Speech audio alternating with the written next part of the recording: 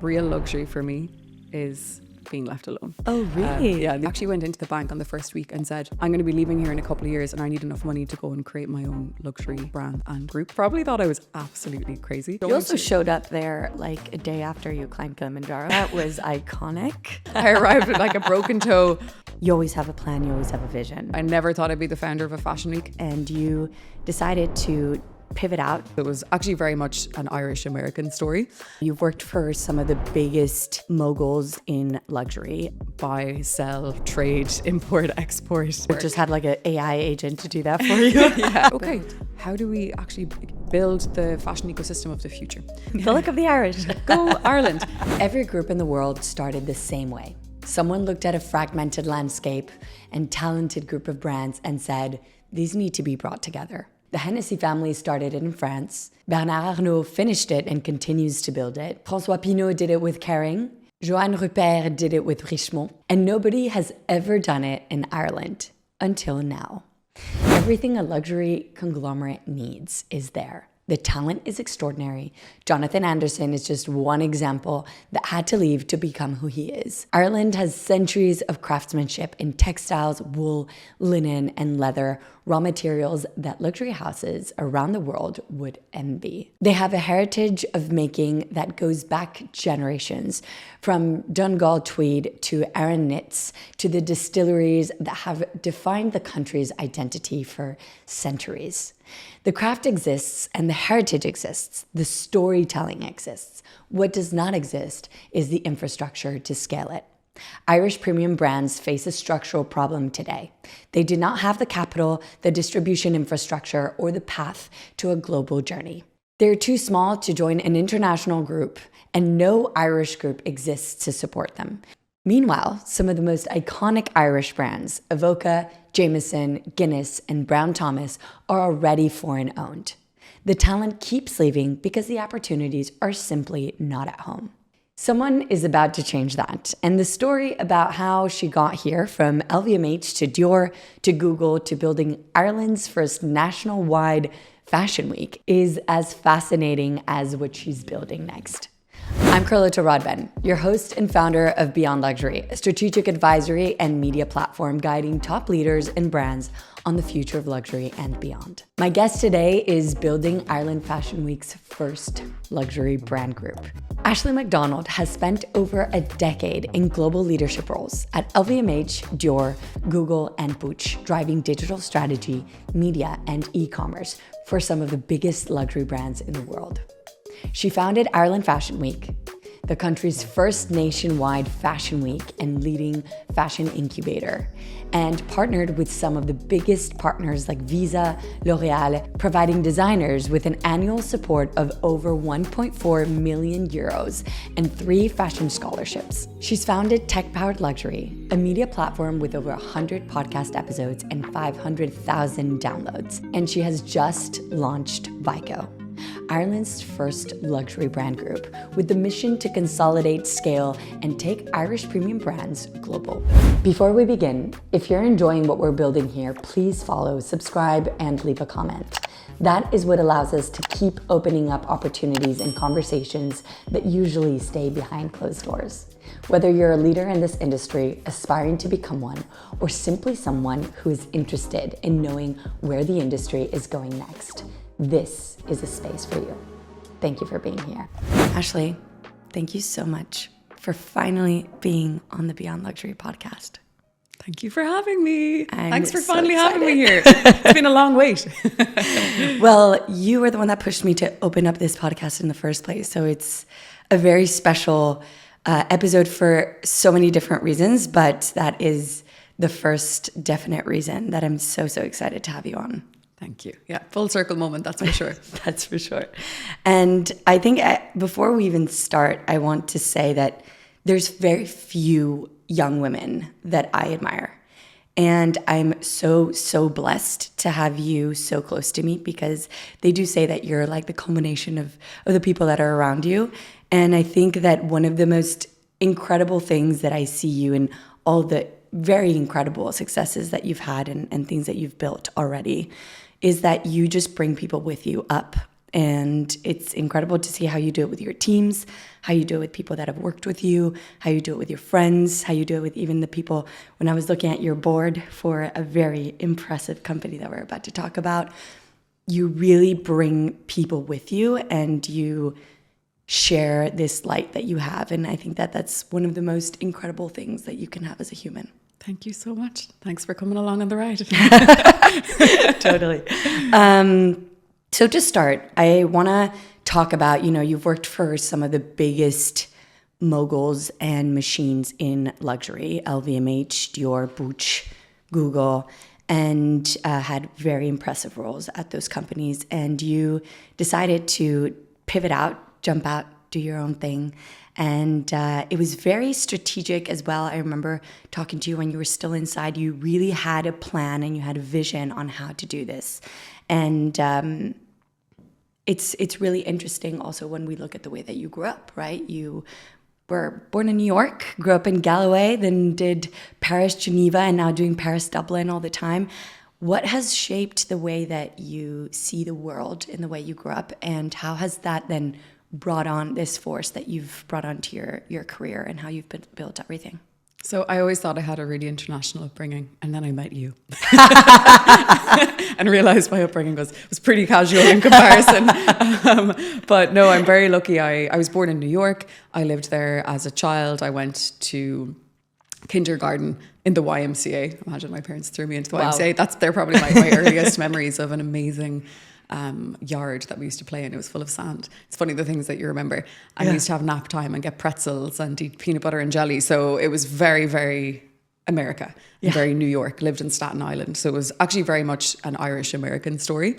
And my mum actually went to business school in Colorado. And then when she went back to Ireland, the economy was in a terrible state. And she moved to London. That's where she met my dad. And then they ended up playing the lotto actually to get green cards to go to the US. But my dad actually hired someone to do thousands of applications for them. So that's how they made sure that they were going to America. Now, obviously, everything's digitalized, so that wouldn't work. You could have just had like an AI agent to do that for you. Imagine. That's brilliant. But it was, handwritten applications at the time. So off they went, and they had great careers in New York.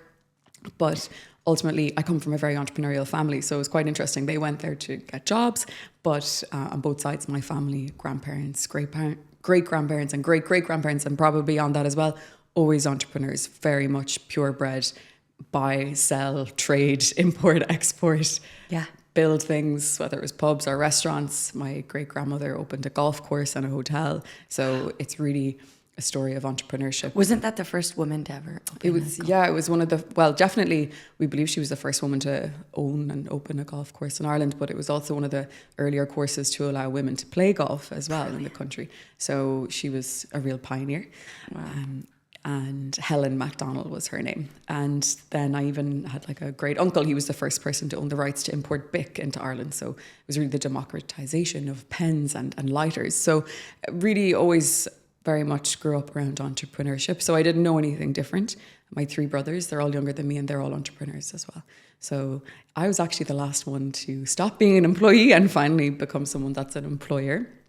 And that was thanks to my upbringing and always believing that anything is possible and seeing what my parents achieved. And of course, you have the hard times as well. Yes. Being an entrepreneur is a journey, and you're going to have moments where the market is performing incredibly well. And then there's times when the external factors and geopolitical factors, especially right now, have a massive impact on your business. All of a sudden, everything's out of your control and you have to stay calm and power through and find a way to pivot or innovate. So I've also seen my parents do that as well, and completely changing business models or shutting down a business and starting a new one in response to what would work. So I know that being an entrepreneur, it's not easy, but I also knew I wanted to be an entrepreneur within the fashion, beauty, luxury space. And in order to do that, there were some skills I needed to acquire, and where better to gain those skills than in Paris and Geneva, working in the biggest luxury brands and groups in the world. So that's what I've done for the last 10 plus years. Absolutely. And what was that click that told you that it was the right time to do your own thing? So a bank in Ireland, an investment bank, came to me with a brand that was going to be available to purchase. So this bank was on sell side. They came to me and said, would you or the group I was working for at the time, Puig, be interested? And I took a look at it and immediately thought, this is a brand that would be very interesting for me. So I originally thought I'm going to pitch it to Puig and see would they acquire it and place me as CEO of this brand. It would be the first Irish brand in the portfolio of the group. And it actually transpired that the brand wasn't big enough to be acquired by one of the major groups, which is totally understandable.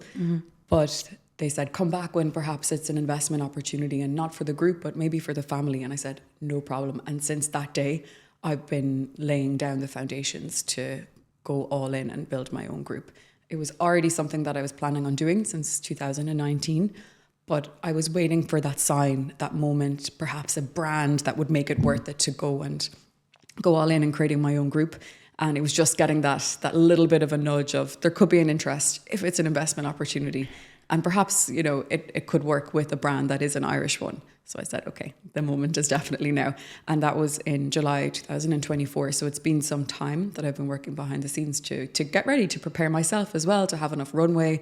It's, something that doesn't happen overnight. It requires huge amounts of capital. It requires the right teams. It requires the right network, whether it's your agencies and platforms and consultancies and experts that you need, your advisory board, and then the financial structure and the legal structure as well. So all the boring stuff comes first, to be honest. And then the exciting things come when you actually start acquiring brands. 100%. And this was, I also remember there was an article that came out in 2022 where you said that you are going to build the next LVMH for Ireland. And the only, right, because that structure doesn't exist right now in Ireland. So it's been incredible to see that path of, that long-term strategy that you've always had, and everything makes sense, right? You have one of the most important luxury podcasts out there, Tech Powered Luxury.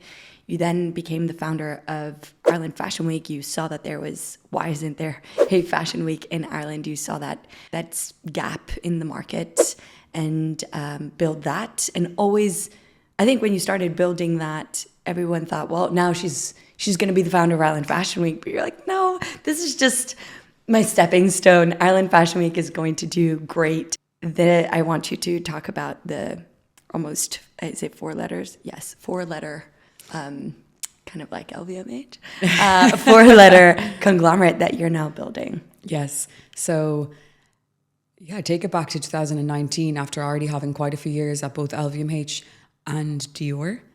And then I had my first week at Google. So I decided to go into big tech, actually because Ian Rogers, who was the former chief digital officer at LVMH, he told me, if you want to be really strong at the crossroads of luxury and technology, go and work in tech for a while. You're in luxury now, but go and work on the tech side. So I said, no problem. And then somehow made it happen and arrived actually back in Dublin into the Google EMEA campus. There are over 10,000 employees. It's an incredible place to go and learn. And they have a bank on campus. So I actually went into the bank on the first week and said, I'm going to be leaving here in a couple of years and I need enough money to go and create my own luxury brands and group. So can we set something up right now that I every month am putting money into that, and then when I eventually leave, that all my shares are in the most efficient way possible set up for me to have a really strong runway. Wow. And I think this young woman in the bank, potentially older than me, actually probably thought I was absolutely crazy. But I think you have to be absolutely crazy to go and dream big enough to actually believe 100%. You can do something and then go and make it happen as well. Ultimately, I did not become a millionaire while working at Google, unfortunately, because I didn't work there long enough and I didn't start there early enough either. But I did pretty well in terms of shares, and also had a great time learning there. But I felt after 2 years, 8 quarters, I'd done everything 8 times. I was managing LVMH actually. So at that point, I'd been 5 years really just dedicated to LVMH group. And I saw an opportunity to join a different group, a smaller one, Puig, Spanish, Puig. Nobody knows how to say it or spell it. It's like Puig. Yeah, I was saying Puig, and then in my first interview, they told me, it's Puig. I was like, thank you.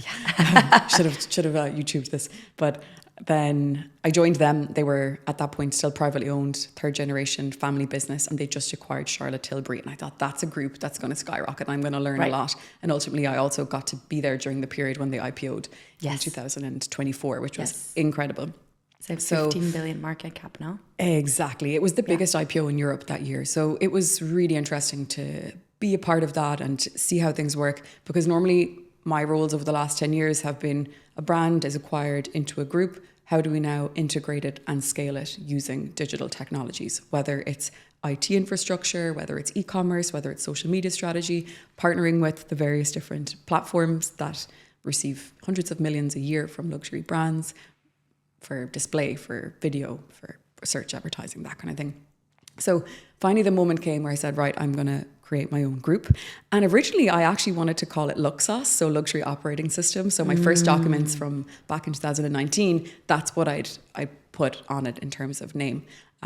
But someone in, I think, Nigeria already had that name. So in the end, I said, right, back to the drawing board, and that's okay. I wanted a really strong name, and that was less about like the operating system of it all, which is ultimately my IP, right? But actually more about the storytelling of it. So the name is Vyko. It's spelled Vyko, but actually it's a play on the word Vyko, Vico, which is a road in Dublin overlooking the Irish Sea. And that area is home to some of the most successful Irish creatives and entrepreneurs, such as Bono and The Edge from U2. You have Enya nearby. You have this beautiful landscape. It's incredible for going for a swim, going for a run. I think it really represents some of the most successful elements of the country, not just in terms of its people, but also its landscapes. And that's where we came up with the name. But we wanted it to be something that was easy for people to know how to pronounce, no matter what country they're in. So we went with Vyko. Vyko. Exactly. I felt if it was Vico, people might say Vyko or get confused. Also, again, for trademarking purposes, we went with Vyko, and I think they're really strong letters as well. They're very powerful letters, Vyko, and they don't stand for anything individually, but it's a play on words from the word Vyko, road. And then our logo is actually a tree, and it's representing the ash tree. Of course, my name is Ashley. It wasn't on purpose that it became the ash tree. Yeah, when I was a kid, people used to make fun of me and call me Ash Tree, because Ashley is not a name in Ireland. If it is, it's for boys, by the way. Oh, really? Yeah, in the US, very popular for girls. Interesting. But not in Ireland. But in Irish, we have 5 sacred trees that are native to the land. So Osceola, so in Irish, when you translate the names of those 5 trees into English, 3 of them actually translate as ash tree. We have less words in English than in Irish for the nature on the island. And I just felt that was a sign as well. I was looking for an emblem of Irish landscapes and what we have native to our country. So that's how we ended up with our logo as well, which is inspired by the ash tree. I love that. And this is the first podcast you're doing talking about Vyko. So thank you so much for trusting Beyond Luxury. And I think that this is, maybe we had to wait till season 4 of the podcast to actually, be able to talk about this that had been lingering in like some silent words. And I'm so excited to get into the weeds of it. So you named right now some of the top talent, right? We can name Jonathan Anderson, and there's so many more, like Bono and all of these talents that have really risen Ireland throughout time. And I had never been to Dublin or Ireland before, and thanks to you last year I was there like 3 times in 1 year. Yeah.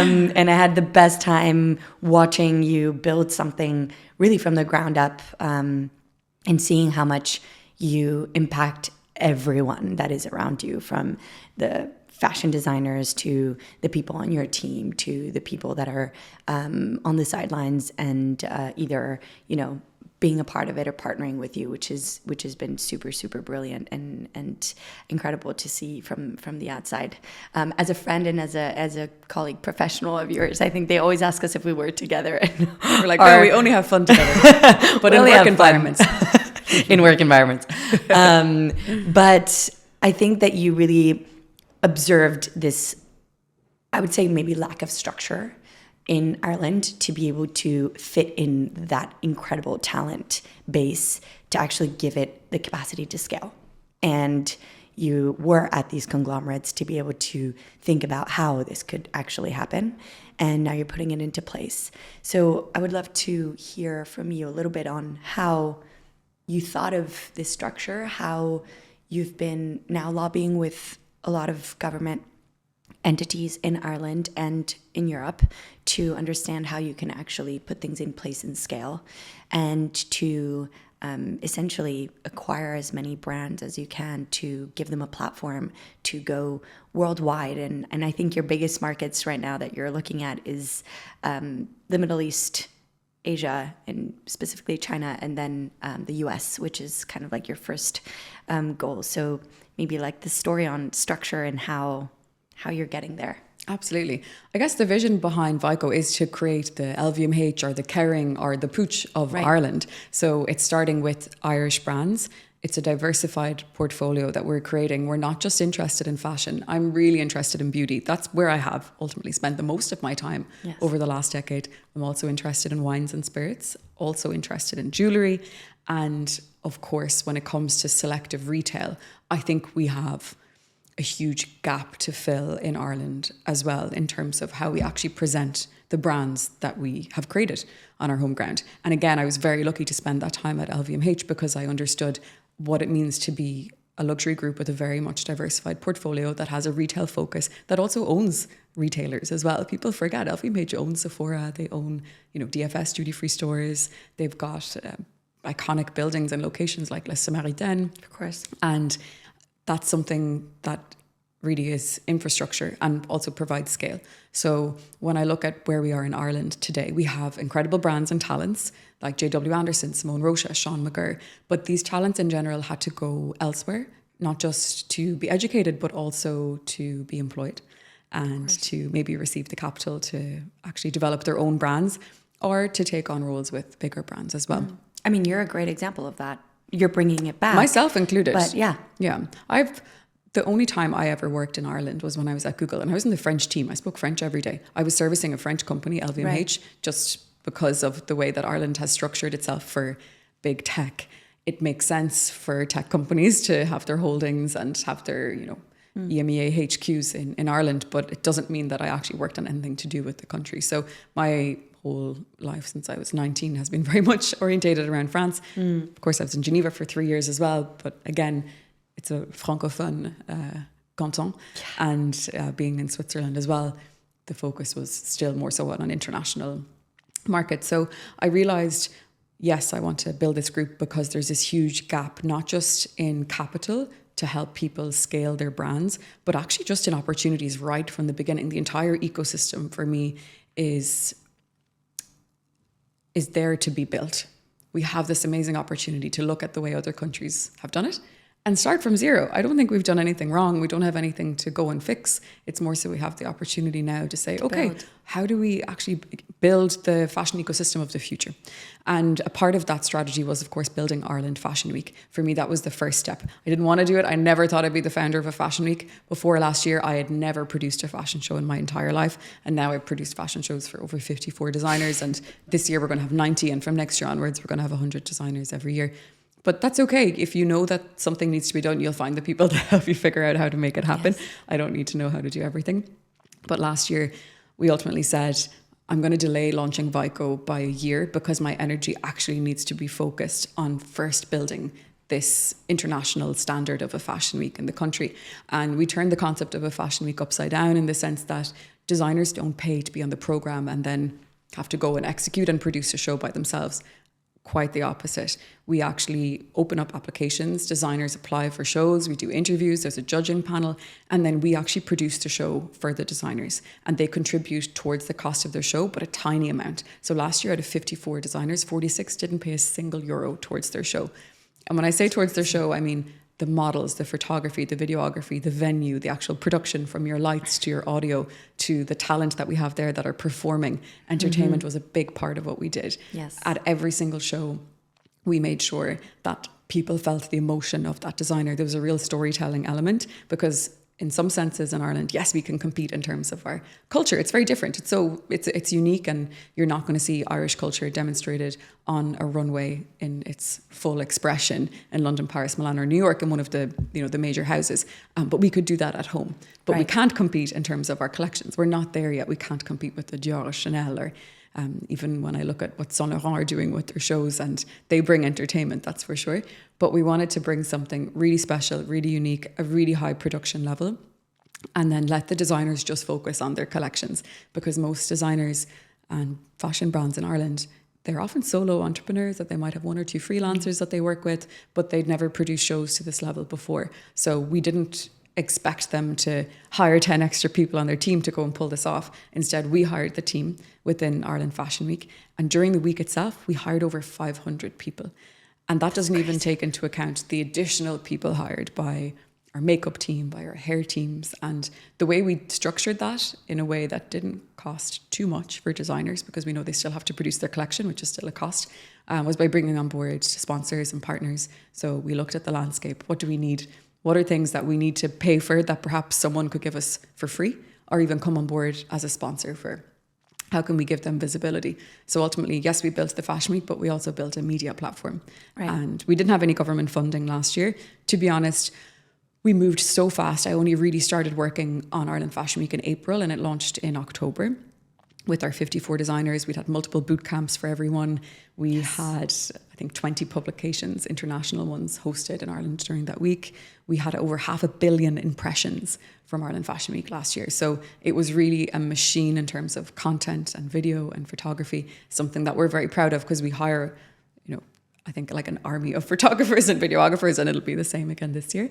But it really, I think, put Ireland on the map in Ireland, which was the most important thing. Sometimes the hardest people to convince are your own people. Yeah, absolutely. So I had really to prove, I think, at home that it's worth buying Irish design.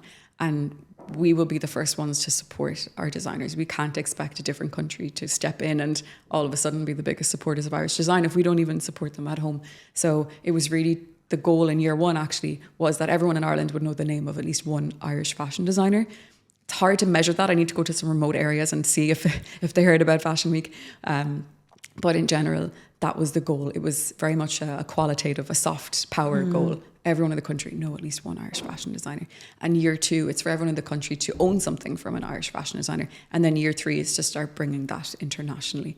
And ultimately, that was a piece of the puzzle that I felt was really missing from Ireland, was having something that embraced the whole country as well. It's not Dublin Fashion Week, it's Ireland Fashion Week. And we showcase the entire country in terms of its environment and its beauty. We have a lot of rain in the country, as you know, because you would experience some of it. But we've got, then the country is so green with beautiful castles, like you said. So it was bringing people really on that whole journey of Ireland and not just focusing on the capital. And I think even for, someone like myself, that I know quite a few fashion and luxury brands, and through you have met so many Irish brands, and the quality of everything. I think you're wearing Aoife McNamara. Yes, wearing Aoife McNamara now, Ireland's first B Corp certified fashion brand. She's also on the advisory board of Ireland Fashion Week to make sure we have the highest sustainability practices across the week. So it's super important to us. I think we're a country that's, like I said, we're very green, and we have this opportunity as a country that's a bit late to the game for some industries, fashion being one of them, to just do it really well right from the beginning. And you also have all of the savoir-faire, right? So much know-how on materials, on weaving, on different ways to do things, and you really were able to showcase that with dinners and things. Like, I think it was Avoca that you showcased how weaving is done in certain ways, and that also shows how important keeping that alive is, and if there's no infrastructure for that, it's really hard to get that. How are you doing that with government right now? I know you have a lot of government meetings and events, and you're actually being able to be a voice to structure and to put regulations around fashion and how things are played out, especially in Ireland. How Absolutely. Are you pushing that? I always try to align with government on certain topics around fashion. And we actually don't have anyone in government that oversees fashion. There's someone that oversees culture. There's someone that oversees sports. And, there's an entire, I think, blue ocean strategy there for us today when it comes to the fashion industry and beyond fashion as well, right? Look at beauty. Look at even chocolate. Premium chocolates. In France, it's a huge thing. In Switzerland and Belgium, you've got these really, really strong industries dedicated to specific food types. In Ireland, we have a big opportunity with that as well, and seeing them as a luxury food item that would be perfect for export. So I see it really as a luxury as a whole. But I think in Ireland, sometimes we like to shy away from luxury and from the word luxury. So what do? I arrive in with my podcast Tech Powered Luxury and try to host like live shows and events in government buildings. But I think it's important to bring that conversation in, because if there's one thing in Ireland that we can't compete on, it's going to be price. We're in the European Union. People are, the minimum wage is one of the highest actually in Europe. And in terms of our labour costs and everything else, we're not competitive on price. So therefore, if we're producing something, we need to be competitive on experience, storytelling, that brand DNA. And we have to just now embrace a luxury strategy, because if you're not competitive on price, you're competitive on the DNA of your brand instead. Right. Which is something quite new for us, right? So what I saw an opportunity for, and what I used Tech Powered Luxury for in particular, was to tell stories of different Irish founders and brands. And I love doing that in a live setting and live scenario. So I've produced some beautiful events around the world, and I love to do that with the ambassadors. So I've done it in the Middle East, in Abu Dhabi. I've done it twice now in Paris at the embassy here on Avenue Foch. Yes. And we have many more planned for this year around the world as well. And it's a great way to bring different communities together and to showcase the incredible talent we have in the country. But last year we launched Ireland Fashion Week. We didn't have any government funding. And I don't think that was the fault of the government. It's more, we came out of nowhere and launched this thing and moved very fast. It was an absolute rocket ship. And now we're able to say, okay, here are the results. Here are the KPIs. This is how many people we reached. This is how much money we spent. This is how much visibility we brought to Ireland. These are how many designers we supported. We've even given 3 scholarships to young designers now to support them and pay their tuition fees. We're going to do that every year. So we're working with a public affairs agency. They're called Sodali. Colin Woods is actually helping us on this. So I knew him from a previous role that he had, and he'd worked on fashion aligned projects before. And I think you met him as well at one of Ashumi's events. When he was in his old role. Exactly. Yes. So he really understands the vision. He understands what we're doing, understands what's possible, like the potential for the fashion industry. So it's great to have people like that who are Irish and have worked in international roles over the years. And now are helping us figure out, okay, how do we engage with government? These things don't happen overnight. They don't happen by accident. You have to really show like what value can fashion or premium consumer brands bring to the country? How can it actually boost the economy? Government doesn't give money away for no reason, and they shouldn't. So we need to make sure that we're actually ticking the boxes that they need us to tick, and then we'll be able to work together. But my vision for what we can do with brands in Ireland is the same way we did it for technology, for pharmaceuticals, for aircraft leasing. We decided as a country that these are things that we're going to support and we're going to build entire industries around. And the country managed to do it really quickly, and they managed to become a powerhouse in those different areas. And now I think, well, we've done it for, pharmaceuticals and for technology and for aircraft leasing. These are sometimes things that we need. Sometimes they're things that are a luxury. But what about when it comes to real jobs for real people, localized production, manufacturing, bringing back factories? Like, we have incredible factories around the country that are lying dormant, that are not being used anymore. And we all but moved all manufacturing outside of the country, either into other European countries or into the Far East. And I think right now the statement made in Ireland is really positively perceived, and that there's a really big opportunity for us, whether it's fashion or chocolate or alcohol or something else. I think we're going to have to really fight to be able to do that and make it affordable as well for people, because affordability isn't just about the cost, right? The dollar cost. It's also about the cost on the environment and the cost on the people. And when we're moving into an age of AI, and we know how many jobs are going to be lost, and we know that, rural areas, especially in Ireland, are being left behind. Shops are closing down, bank branches are closing down. What are these people going to do? They need purpose, and they also need employment. And I think that we have a really big opportunity to bring back things that maybe are a little bit traditional, or they seem outdated, but now they're powered by technology. Some of the most impressive production sites that I've ever been to in the world are actually in Dublin. Ireland's Eye, the Irish knitwear brand, they're using incredible machinery coming from Japan and China, and every one of their pieces of knitwear passes through around 20 pairs of hands. So most of the work is done by the machine, so they're able to have that sense of affordability and scalability and speed, but it's still actual skilled workers that are making sure that each garment is produced. So I see huge opportunity in that sense for us as a country, and of course that's going to require change in legislation, and it's going to require us actually allowing for an infrastructure, an ecosystem and investment to happen to bring that back into the country. Yeah, I really think also handmade craft is going to be valued so differently in the next years than it has in the past, right? It's just going to astronomically start growing, and potentially, I think also with funding, a lot of these big luxury conglomerates today are also funding people going back into these métiers d'art and going back into these crafts roles that allow for things to keep going. Normally it's passed from generation to generation, and it kind of has to reignite, especially because yes, AI will take a lot of jobs, but also there will be other jobs that will be created from it. So that's brilliant, and I really love that.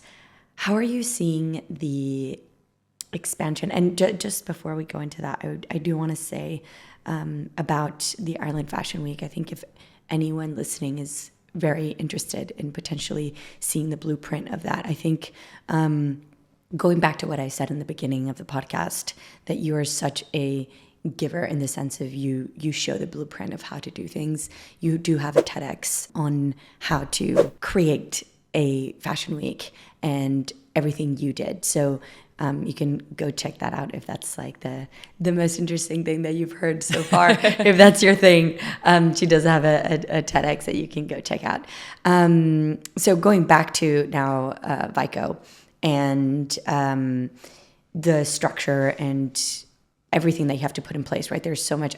There's so much to even grasp. I don't know how your brain is like taking on all of these parts. But I really was also interested in the expansion strategy that you have, right? Hitting these specific markets that you've, if we were to put a city on the name of going outside of Ireland, it would be New York, Dubai, and Shanghai. So what is in these places? I know you have a lot of experience in these different places. These are also where you kind of did your roles in the past. But what is in these markets that has most impacted you and most giving you the green light that this is where you should go? So like you said, I've been really fortunate over the last 10 years to have very international roles. I've always had global roles, actually, when I was at LVMH, Dior, Google, and my roles at Puig as well. Always had global in my title. And that meant that I was not only in the thick of making sure that whatever markets we were in, we were performing, but also always looking 2 to 3 years ahead, where is going to be next. And from the very beginning, China was a big focus for me.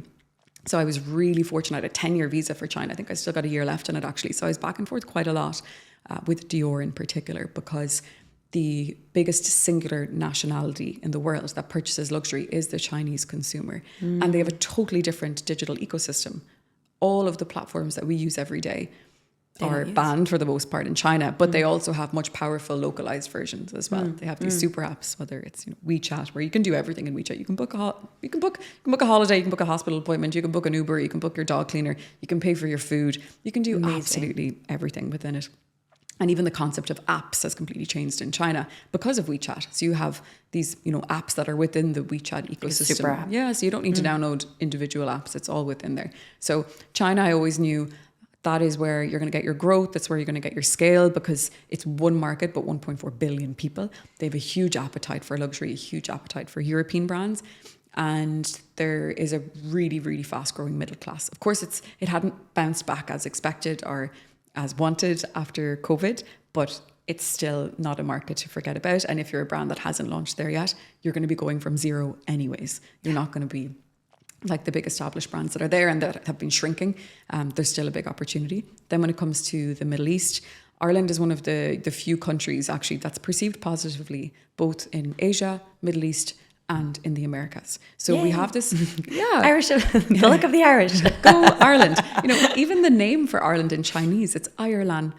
I means like I love in Chinese. We have the best name in Chinese. It's like Love Land. It's great. Love Land. Yeah. So, and again, in the Middle East, we have a great relationship with, most of the countries there. And there are huge amounts of Irish people working across the Middle East as well, particularly teachers and nurses and whatnot. So when I remember I was being challenged by an Irish journalist when I did this huge event last year in Abu Dhabi, and I said, I'm bringing 17 Irish brands over to the Middle East. We're going to do a big fashion show, and we're going to be showing. You also showed up there like a day after you climbed Kilimanjaro, so that was iconic.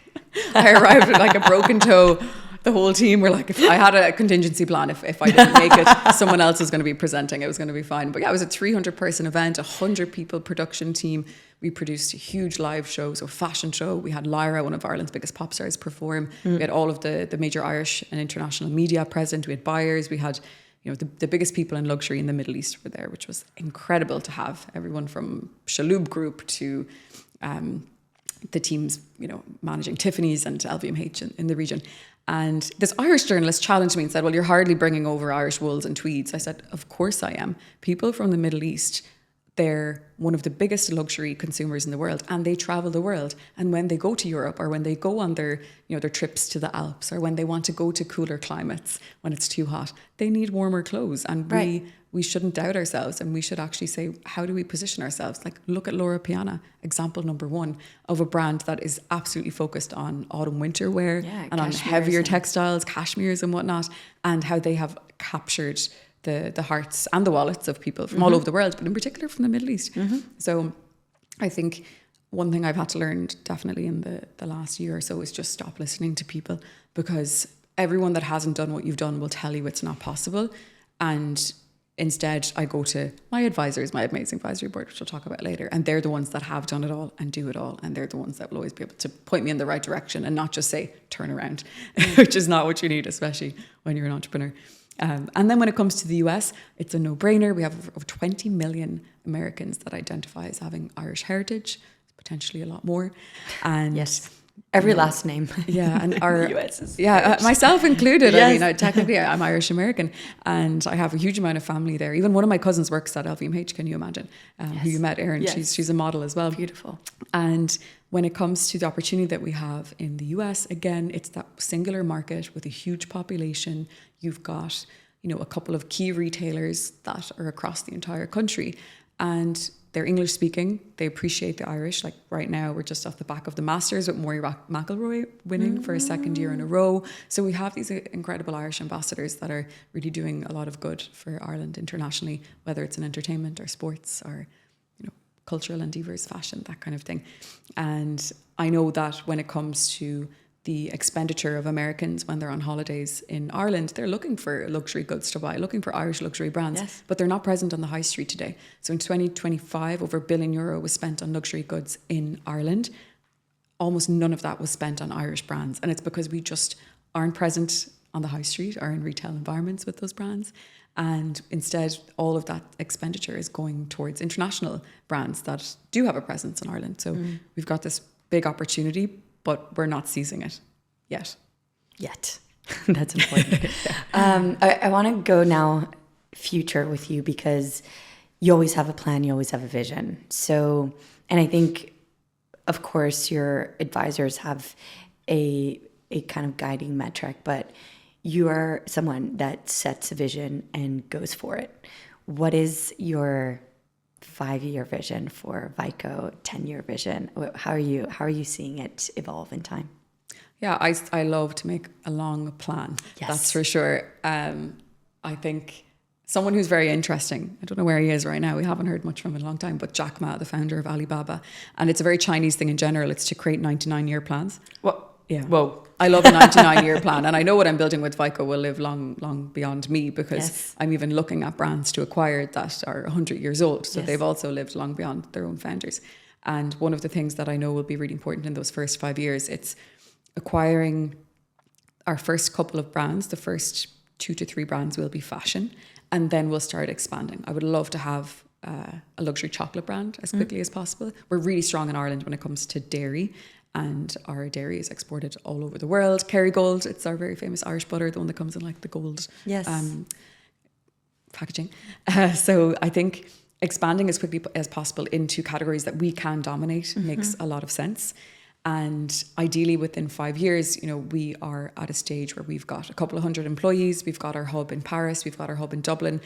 I don't want to move regional headquarters of any of the brands that roll up into the group. If they've got a headquarter in Donegal or Cork or Belfast or Galway, that's fine. We want that to stay there. They need to keep their identity and their heritage and the culture that they have within their brand.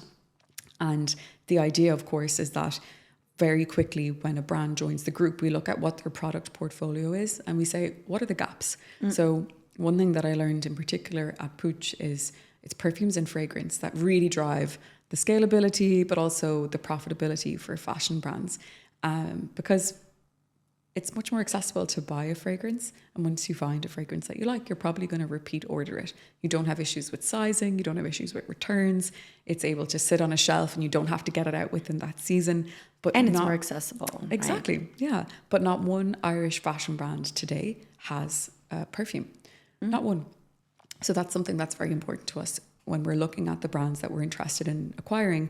Are they a brand that would make sense to have a fragrance? Are they a brand that would dream of having one if the founder is still there? Is that something that they want to come on the journey of? And I think it's really important if you look back to Dior, back to Chanel, back to Yves Saint Laurent, these brands all from very early on in their stages, even from the beginning when it comes to Dior and Chanel, fragrance was a very important component of their brands and their business strategies. So that's something that we'll do really, really quickly. And I'd love to have some, award-winning fragrances created within the group within the first 5 years. I think that's something very achievable for us. And also for us to expand first and foremost into the Americas. That's what makes sense. So North America in particular, US and Canada. And within the first 5 years, once we have, our strong portfolio of brands and we're coming to retailers or coming to platforms with the power of a group negotiation, things are going to be very different versus when they were going individually without maybe the funding, but without the talent and without the resources. So it would be also to make sure we put Ireland on the map as well. And I would love to see some of our portfolio brands being worn on red carpets at the Oscars and at the major, the Cannes Film Festivals and whatnot of the world. And that would be a first as well in quite some decades. We had some iconic women that were creating fashion in Ireland many decades ago, but we've had quite the gap. So I think there's an opportunity to have a resurgence of that as well. Beautiful. What are 3 things that are green flags for you that you would say are the most important things before you even think of acquiring a brand? So if I look at a brand without knowing anything about who's behind it or what their profitability or lack thereof is, I ask myself 3 questions. Can I see them being perceived as a gift? Like if I received something from them, I'm like, oh, this is a great gift, even if it's something that wasn't at a high price point. Like think of Louis Vuitton. If you receive anything from Louis Vuitton, you will perceive that as a gift, It's something that carries prestige and weight with it. So can I see it as a gift? If a yes, already I'm like, great. Can I see it being present in a department store such as Galeries Lafayette or Selfridges or in Ireland, Brown Thomas, in the US, Bergdorf, Neiman Marcus, that kind of thing? That's another green flag. So perceived as a gift, I could see it being sold in one of these environments. And then the last one is, could I see it being sold in an airport? So in travel retail. A big chunk of my career has been focused on travel retail. Really, really fun division to get to work in. And it's a big, it was a big profit driver pre-COVID. Now it's still having to, I guess, work back from a lot of issues around flying for quite some years there. But it's a really important platform. And I do think that the future of luxury retail in particular is leaning further towards travel retail because it's a place where we feel safe. It's a place where we know the products are going to be authentic. It's a place where we can potentially have some cost savings. And it's also somewhere where we're feeling excited. We're on our holidays, we're traveling, we're going somewhere. So travel retail is becoming actually, for me, the new local market or the new local retail, especially in times where in cities like London and Paris where it's not safe. You see these stories of people getting their hands on something from Matthew Blazy's new collection at Chanel in London, walking out of the store, immediately being robbed, gone. Right. And I think the airport is now offering something we never thought of before, but it's security. And you're also in a state of maybe you're waiting for your flight, so you have time to kill, and so it's another kind of approach to shopping than, or maybe you want to get a gift, so you have like another mindset than when you're in your day to day and you're like, I want this or I need this or like I have this event and I want to get this thing, right? So it's like a little bit of a different even just mindset around. Absolutely. You're in the mood to treat yourself or someone you love. Also, you don't have to make additional plans to go out of your way. You're going to be there anyways. Maybe you're going to go half an hour earlier. But as we know, actual luxury shoppers and luxury consumers they've got, fast check-in, they've got fast pass for security, they've got lounge access. They're probably already shopping with these brands anyways. They come in, they give their name, they have a little coffee, maybe a glass of champagne, they're having a good time. And I think that actually we're going back to the way people used to travel. Yes. A long time ago, when it was all about that luxurious experience. We lost it a little bit along the way, but I feel like now it's coming back. Yes. I mean, when you travel through Charles de Gaulle, when you travel through London Heathrow, Shanghai Airport, Singapore, it's incredible what they've managed to build in these airports. I know a few people that only go to the Chanel in Heathrow because it has, well, this I guess is a little secret, but they have most of the products available because they have such turnover of people that are. So they have a lot of the like good SKUs that the people are looking for. Yeah. Brilliant. I think before going into the Spitfire questions that I have that I ask a lot of our guests, I want to ask you about your advisory board. How did you, you have so many people in your network. You have built an incredible ecosystem and space for you to play in, and people that are here to support you and see that time and time again you prove whatever you say you're going to do, you do it. And then you have very few seats on your advisory board. So how do you pick those people that are going to be there and support you and guide you? And how did you think about exactly the people that you have on there to support you? Yes, so we have 6 seats on our advisory board, so it's a non-executive board, and it's people that I know I can call at any moment with a problem, and they're probably going to have the solution for me, or they'll at least be able to help me find it, or they'll know someone that can help me find it. And after over 10 years in luxury, there are people that I've worked with from my first week at Dior that I'm still working with now. Sometimes they're people that I employed and I brought them along with me from LVMH over to Puig. Mm-hmm. Sometimes they're agencies that I've worked with from the very beginning, again, that I started with when I was at LVMH and maybe brought them along to Puig. There are people that I met along the way and I got to interview them on the podcast, and then I got to work with them, and vice versa. So I think actually in general, when it comes to the luxury industry, it's very small. And by the end of a 20-year career, you could potentially know absolutely everybody. Mm-hmm. I also teach, and that was really important for me to always have new talent and nurture new talent that's coming through. So I teach at Neoma Business School, ESSEC Business School, and HEC, HEC. So I studied at Neoma for my undergrad and HEC for my master's. And it was important for me to always stay engaged because those 3 business schools, Neoma, HEC, ESSEC, they're a really, really, really good place for people to learn about the luxury industry. So all 3 business schools here in France, and you can take courses on luxury, like my one that I teach, which is tech-powered luxury. Actually, it's not just a podcast, it's a module. And that in itself builds a massive network as well, because imagine if I have 50 students every single semester, sometimes more. It means that you're constantly bringing people in. So a lot of my hires that I've made over the last years are people that actually I first met in the classroom. It's how I started out. My first week at HEC, it was with LVMH, and they had a recruiter there from Dior, Hugo Pierre, and then he hired me a year later for my first full-time role at Dior. So I think the ecosystem in France is absolutely wonderful, not just for education, but nurturing talent the whole way through. So yeah, when it comes to how we're able to then build that into an advisory board, I looked at, well, what are all the things that I need to know about? And I'll name a couple of the people on the board, actually. I'll name three of the amazing women that are on the board. So the first one is Patty Brown. So she's an American woman. She was the academic director at HEC Paris, and she's now the dean of Oxford Business School. So being able to have someone like Patty with not just the knowledge and expertise that she has, but also the network that she has. Wow. And she's just an incredible woman. She is an absolute machine. Like, I don't know, that you think my schedule and the things that I have to manage is intense. She's on a whole different level. So having her there means, 1, I'm always going to have fun. But 2, I'm always going to make sure that I have a really good sounding board.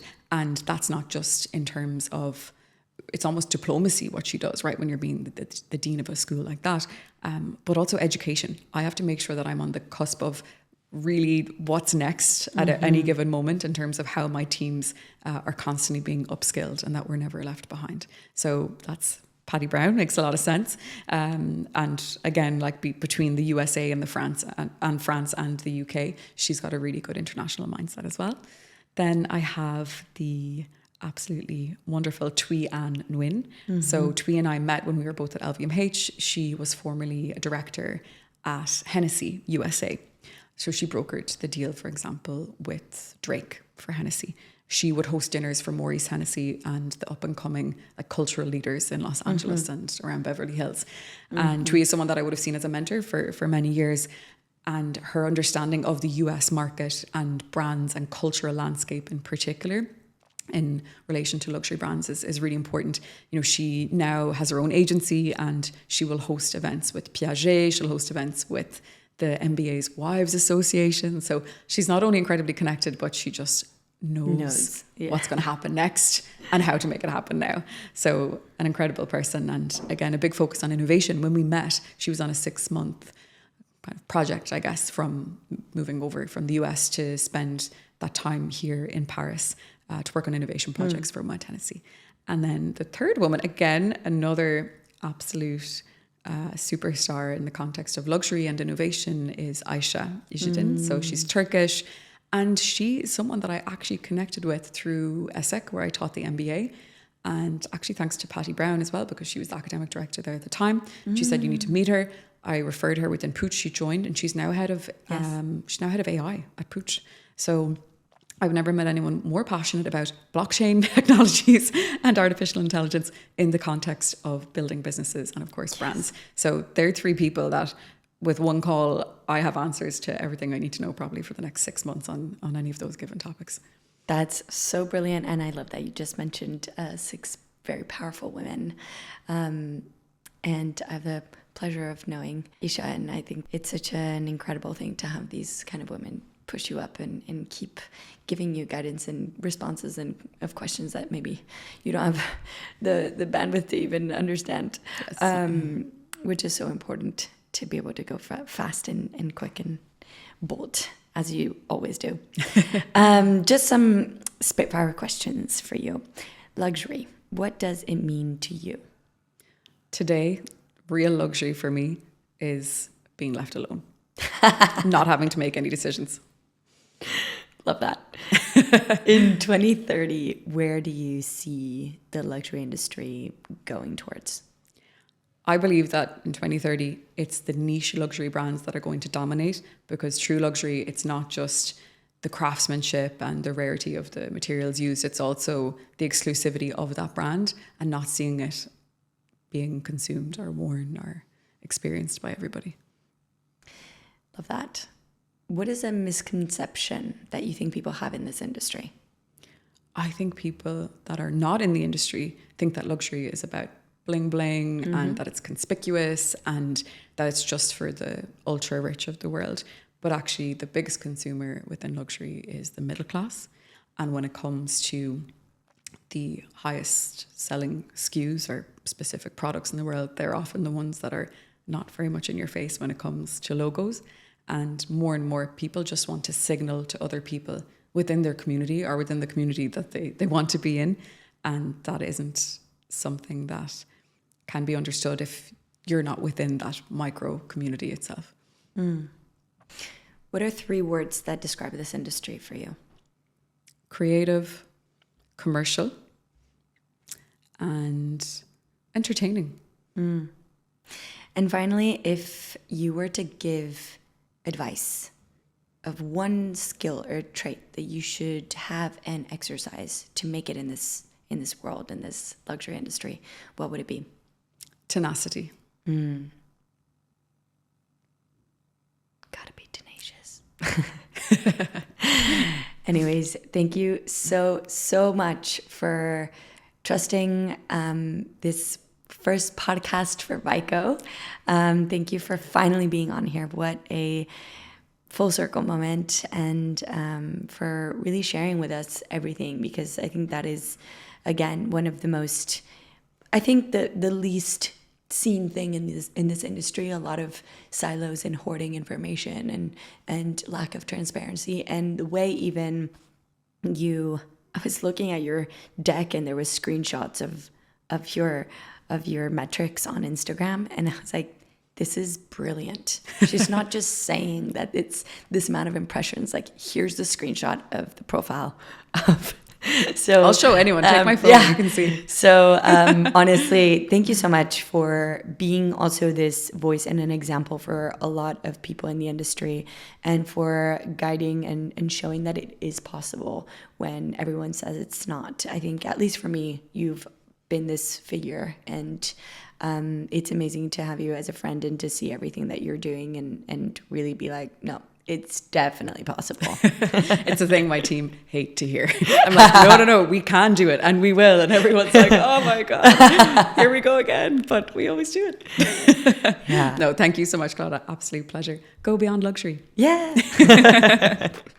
To everyone listening, if this conversation gave you something to think about, please follow and subscribe to the podcast on Spotify, Apple, YouTube, or anywhere you listen to your podcasts. Your support means the world and allows us to keep doing what we do and bring incredible guests on this podcast. And if you want to go deeper into a written analysis on where the luxury industry is going next and its implications on the future, subscribe to our Substack, where we go beyond the surface week over week. A lot of you ask how to find us or how to work with us.